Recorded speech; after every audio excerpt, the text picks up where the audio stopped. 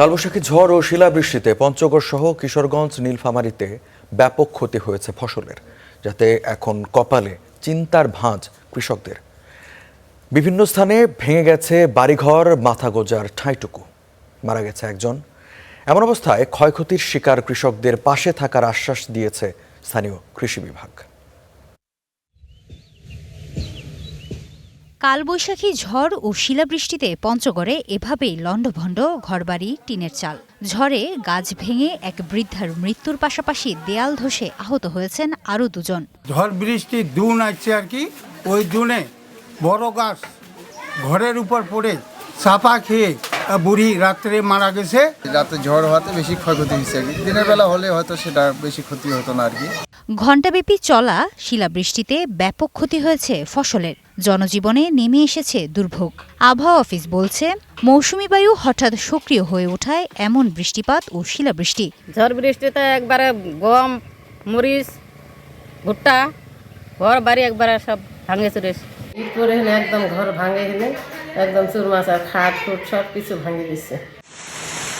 অন্যদিকে কিশোরগঞ্জে টানা শিলাবৃষ্টিতে হাওর অঞ্চলের বোরো ধানের বিস্তীর্ণ জমি ক্ষতিগ্রস্ত হয়েছে।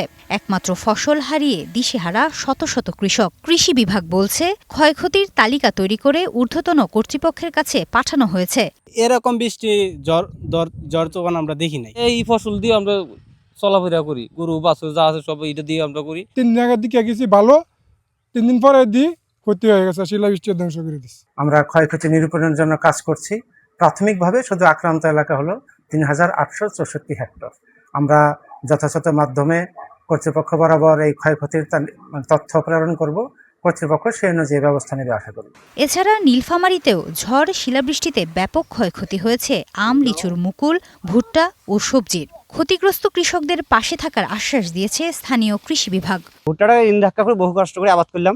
আবাদ করার ভুট্টা এখন ঝড় বাতাসে দিল ফেলে, তারপরে মরিচ খাত, তারপরে পড়লো, তারপরে ঘরও এটা পড়লো।